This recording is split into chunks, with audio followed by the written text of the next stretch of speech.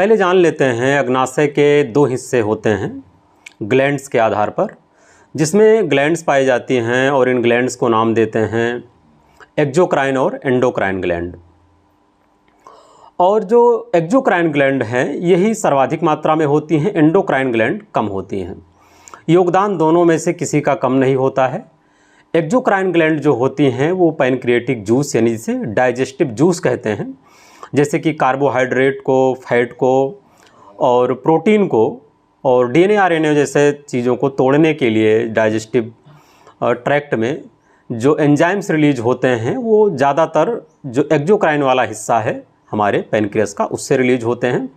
जैसे एमाइलेज है, लाइपेज है, प्रोटीएज है। जैसे एमाइलेज कार्बोहाइड्रेट को तोड़ता है, लाइपेज फैट को तोड़ता है और जो प्रोटीएज है प्रोटीन को तोड़ता है। ऐसे अन्य दूसरे एंजाइम्स भी होते हैं जो डाइजेस्टिव ट्रैक्ट में हमारे पाचन में हेल्प करने के लिए काम करते हैं। फिर ये तो लगभग 98 से 99% हिस्सा तो एक्सोक्राइन का ही हो जाता है।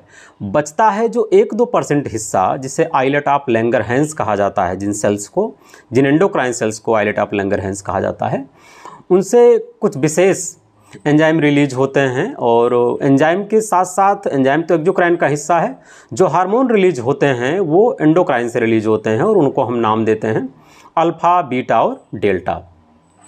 अल्फ़ा से रिलीज होता है ग्लूकागॉन और ग्लूकागॉन हमारे बॉडी में ब्लड में ग्लूकोज का लेवल बढ़ाता है, यानी यह स्टोरेज ग्लाइकोजन को तोड़ता है और ग्लूकोज में कन्वर्ट करता है ज़रूरत पड़ने पर हमारे शरीर को।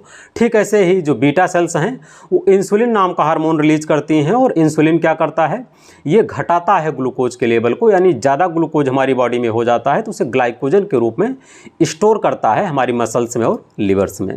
ठीक यहीं पर एक तीसरी सेल्स जिन्हें डेल्टा सेल्स कहा जाता है, उनसे सोमैटोस्टैटिन नाम का एंजाइम्स रिलीज होता है और यह इन दोनों ही हार्मोन्स जो अल्फ़ा और बीटा हैं इनके सीक्रेशन को नियंत्रित करता है कि ना कोई ज़्यादा कर पाए ना कोई कम कर पाए।